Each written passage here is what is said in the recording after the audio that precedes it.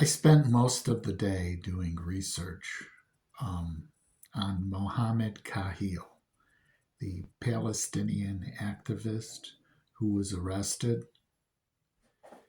He possesses a green card. He's married to a woman who's a citizen who's of the United States who's pregnant. But I could not find anything about any of the protests that he was involved in that were violent.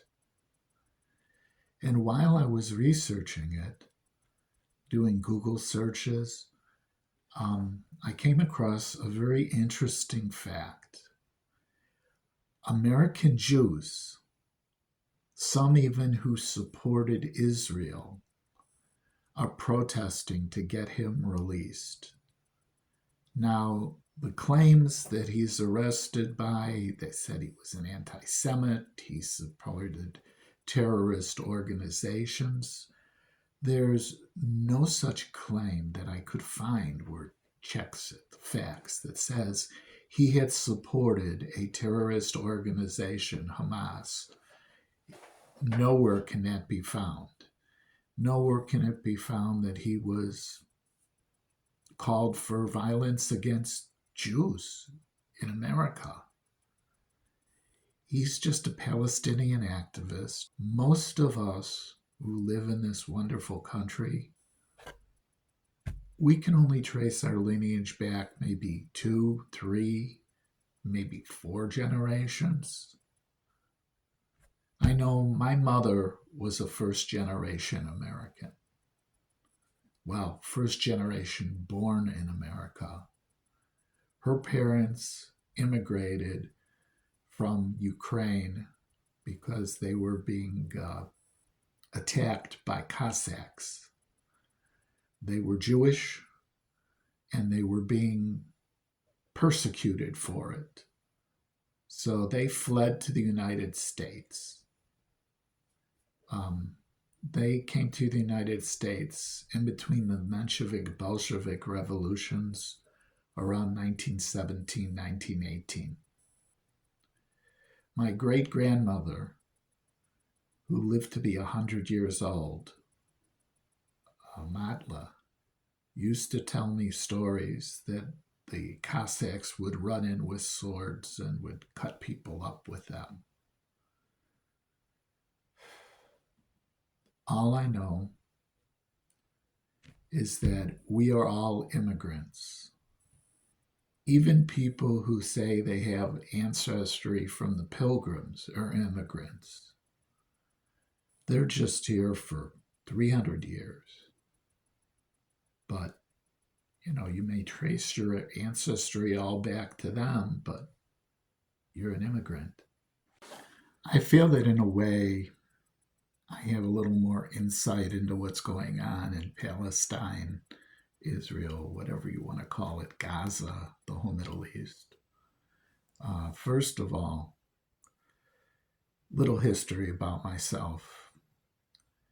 Mom and dad divorced. Mom remarried. The man that my mom remarried, both of his parents were killed in Auschwitz. He was Jewish.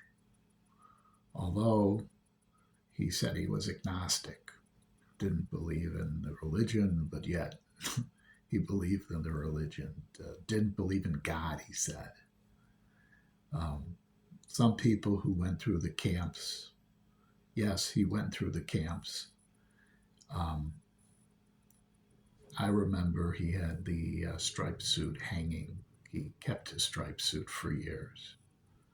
The beaten up prisoner suit that prisoners wore.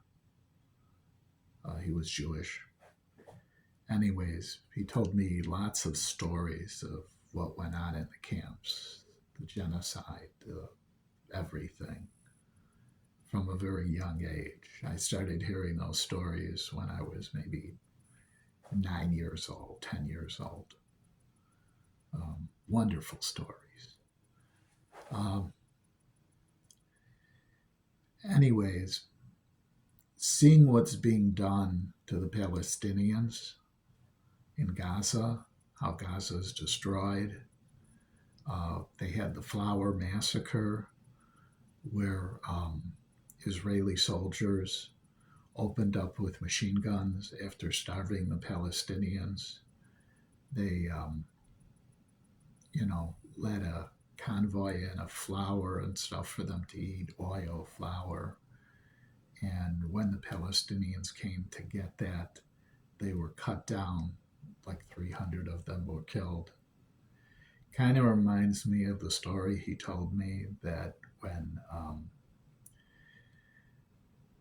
the Nazis opened up with machine guns on the prisoners in the camps so no one would be able to bear witness because they knew the camp was going to fall, that the troops were coming, that the Russian troops or the American troops were coming. I forget which ones he said. And they exhausted all their ammo. He also talked about what happened at Majdanek,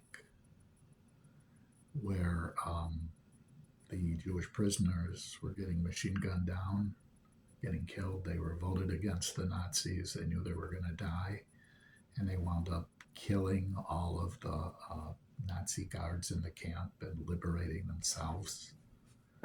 I guess, when you're going to die and they only have so many bullets, what difference does it make? Take those bastards out.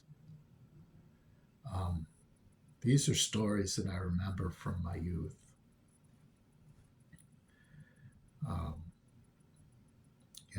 Wonderful stories, nightmare stories. But when I see what's being done to the Palestinians, all I can think about is the stories that he told me when I was growing up, when I was a child, of what was in the camps and what was being done to them. Because genocide is genocide. It doesn't matter if it's being done in Rwanda, if it's being done in Israel, if it's being done in Germany during World War II, Poland during World War II, where some of the camps were. It doesn't matter. Genocide is genocide. And it's every person's right? It's every person's duty to speak up and to say that genocide is wrong. And people who commit it are evil. Anyways, that's just my take. I feel that he did nothing wrong. He had the right to protest. Most people talk about the First Amendment and they talk about, I can say whatever I want. I actually read the First Amendment, the Constitution. I also read what different people interpreted the First Amendment. The First Amendment guarantees freedom of religion, freedom of speech, freedom to assemble, in other words, to protest. Now, what Muhammad Kahil did was he spoke, he gathered peacefully, they protested.